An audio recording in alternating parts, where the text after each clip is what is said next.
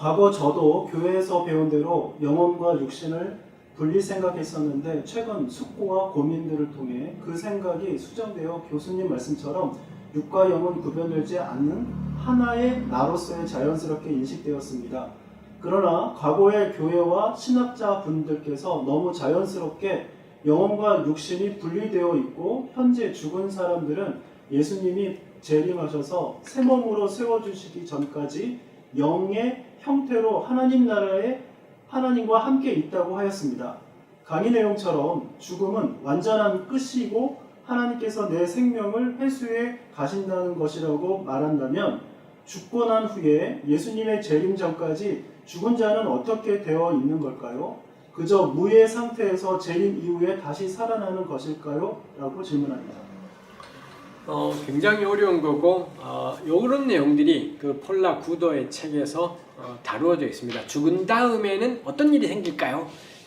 그런데 그 책에서 구더가 이야기하는 것은 이 주님과 낙원에 있다, 교제하며 있다, 뭐 이런 이야기를 하고 있습니다만 저는 어려운 이야기, 어려운 내용일 것 같아요. 다만 우리가 혼동을 피하기 위해서 사람을 육체와 영혼으로 나누어 생각하는 건 전 적어도 구약 성경에는 안 맞는 이야기라고 생각을 합니다. 그렇지만 육과 영으로 생각하는 건 틀린 말은 아니다. 이제 거기서 육은 육체를 가리키고 영은 영혼을 가리키는 것이 아닙니다.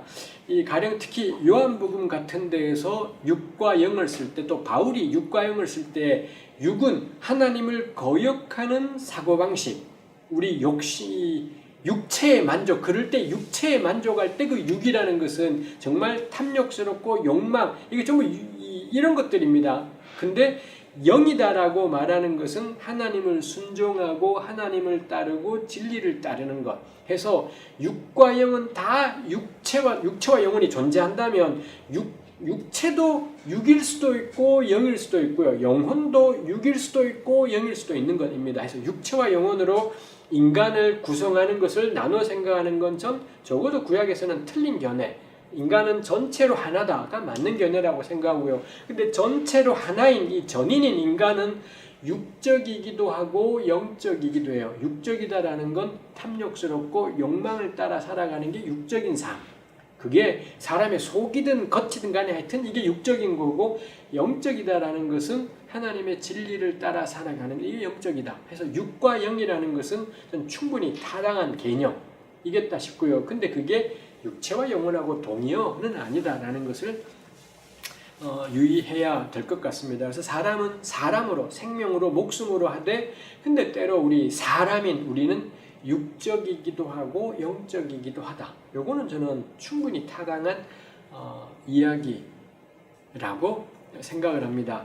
다시 이제 돌아가서 죽은 다음에 삶은 어떨까가, 이건 정말 어려운 문제일 것 같습니다. 저는 개인적으로 그렇게 정리를 했더랬습니다. 정리를 하고는 더 이건 따져보아서 모르는 거기 때문에 여기까지 하겠다 했습니다만, 가령 우리보다 사실 이 문제가 바울한테도 문제가 되었습니다. 데살로니가 전서가 바울이 가장 먼저 쓴 편지인데, 이 바울 공동체도 생긴 문제가 예수님의 오심을 간절히 기다렸고 당대 곧 온다라고 정말 이 양반들은, 바울도 그렇고 정말로 정말 글자 그대로 곧 주님께서 오실 거라고 믿었습니다. 데살로니가 교회가 고난이 많았는데, 근데 문제는 죽는 사람이 생겨버린 겁니다. 같은 신앙 공동체 내에서 육체적으로 죽은 사람이 생기면서 데살로니가 공동체 안에, 그럼 이 사람들 어떻게 돼? 이제 주님 다시 오시는데 이 죽은 사람들은 그럼 어떻게, 지금 어떤 상황인 거지? 이런 문제가 생겼고, 그래서 바울이 데살로니가 전서에서 답하기를, 예수께서 오시면은 먼저 죽은 자들이, 우리보다 먼저 죽은 그들이 먼저 부활해서 주님을 만나게 되고, 그리고 그 후에 살아남은 우리가 그 다음이라고. 그래서 이런 바울의 데살로니가 전서 표현을 보면 정말 바울은 최근 몇 년 내에 주님 오실 거라고 굳게 확신했던 것 같아요. 주님 다시 오시면 먼저 죽은 자들이 일어나 주님을 만나게 되고, 그 후에 살아남은 우리가 주님을 공중에서 뵙게 되리라, 뭐 이런 식의 이야기를 바울이 풀어가는 것이 있지요. 1세기 교회도 그래서 지금 죽은 자들이, 예수 믿고 죽은 자들은 어떻게 되는 거지? 뭐 이런 질문을 가진 것이 있고, 바울이 데살로니가 전서에서 답을 한 것이 있습니다. 이 정도가 뭐 대부분이기 때문에 어렵지요. 그 다음에 예수께서 이 십자가의 한 강도를 향해 너가 오늘 나와 함께 낙원에 있으리라. 그 놀라운 말씀을 하신 것이 이 문제가 되기도 하고요. 그 다음에 부자와 나사로 비유에서도 나사로는 아브라함의 품에 있고 부자는 안 그렇지 않습니까? 근데 부자가 나사로를 볼 수도 있어요.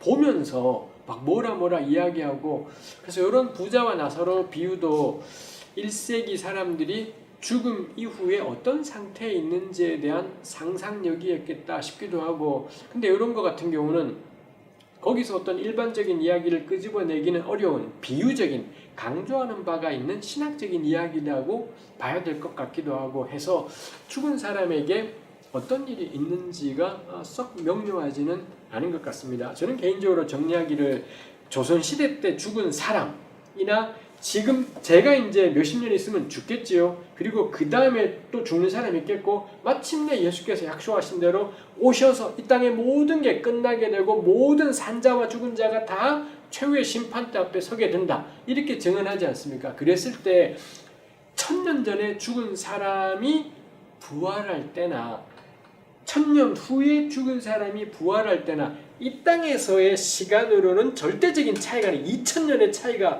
지금부터 1000년 전에 죽은 사람이나 지금부터 1000년에 죽는 사람 사이에 이 땅에서의 시간으로는 2000년이나 차이가 나지만, 이 1000년 전에 죽은 사람이 부활하는 그때가 1000년 뒤에 죽은 사람이 부활하는 그때랑 같은 때라고 저는 정리를 했습니다.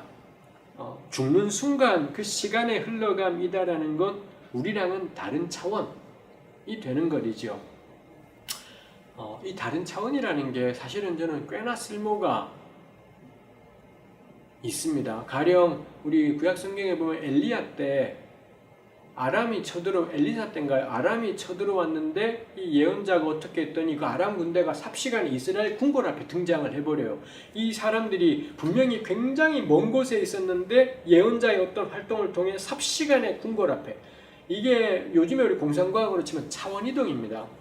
이 육지를 이렇게 걸어오면, 물리적인 간격으로 걸어오면 이만큼이 무조건 걸려야 되는데 뭘 어떻게 했는지 삽시간에 이스라엘 왕궁 앞에 딱 오게 되었다라는 것, 이런 것들이 고대 열왕기는 굉장히 오래전에 쓰인 것이니 오늘날로 보면은 우리 이 가로 세로 높이로 이루어진 이 3차원의 지금 사는 세상이 아닌, 글쎄요, 평행 우주랄지 하여튼 또 다른 차원이 있고, 그래서 그 아람 군대가 그 차원으로 갔다가 이 차원으로 다시, 뭐 이런 것들이 저는 삽시간에 등장하는 걸 설명할 수도 있겠다 싶습니다. 아마도 1000년 전에 죽은 사람이 죽음과 더불어, 저는 영혼은 글러가고 이 절대 아닐 거라고 생각합니다. 죽음과 더불어, 그리고 1000년에 죽는 사람도 죽음과 더불어 다시 살아나게 되는, 여기 저는 같은 시간대라고 볼 수 있지 않을까. 굉장히 이거는 정말 추상적인 이야기이지요. 왜냐하면 그럴 수밖에 없는 게, 신약 구약 성경은 이게 안 나오기도 하거니와 신약 성경에서는 이에 대한 진술이 썩 많지는 않고, 그 다음에 굉장히 시적이고 문학적인 표현들로 진술되어 있기 때문에 이걸 가지고서 어떤 체계적인 말들을 하긴 어려울 것 같습니다. 다만 누구든 간에 그런 본문들, 그 부자와 나사로 이야기의 부자의 위치와 나사로의 위치, 예수께서 강도에게 말씀하신 너가 오늘 나와 함께 죽은 다음에 나와 함께 낙원에 있으리라라고 하신 말씀, 그게 있겠고, 그 다음 베드로전서에 2군데 나오는 예수께서 죽으신 다음에 옥에 내려가서 전도하셨다라는, 마치 죽은 자들의 세계에 가서 전도하신 것 같은 이런 이상한 언급, 그 다음에 바울이 2군데인가에서 말했던 우리가 죽은 자를 위하여 세례받는 것, 이걸 바울은 중요하게 생각을 했습니다. 죽은 자를 위해 세례받는, 이런 것들은 다들 죽은 다음에 일정한 기간 동안에 어떤 딴 곳에 있다가 이 딴 곳에 머무는 동안에는 개선의 여지가 있는 것 같기도 해요. 그러다 보니 예수께서 옥에 가셔서 전도하셨다라는 거나 바울이 죽은 자를 위해 세례받는 것, 이런 걸 언급했다라는 점은 죽고 바로가 아니라 인터벌이 있구나, 일시 대기하는 곳이 있나 보다, 뭐 이런 생각을 하게 되죠. 사실 요시기 문헌들 가운데는 그런 글들이 꽤 있습니다. 일시 대기 공간, 그리고 일시 대기 공간이 살아서 의롭게 살았는데 보상받지 못한 사람이 대기하는 공간, 살아서 의롭게 살았고 보상도 받은 사람이 대기하는 공간, 살아서 못된 짓 했고 개박살 났던 사람이 대기하는 공간, 살아서 못된 짓 했고 처벌도 안 받은 사람이 대기하는 공간이 다 다른 방에 대기하고 있다가 적합한 심판받고 뭐 이런 것이 에녹서라는 책에 나오기도 하죠. 다 이거 상상력입니다. 질문하신 분과 같은 이런 곤혹스러운 질문에 대해서 일찍부터 사람들이 이런저런 궁리들을 했고 전 여전히 이게 어떤 합의된 견해에 도달하지는 못했다 싶어요. 왜냐하면 본문들이 워낙 단편적으로 존재하고 그러다 보니 그걸 가지고 최종적인 체계적인 그림을 그리기는 쉽지 않다 싶습니다.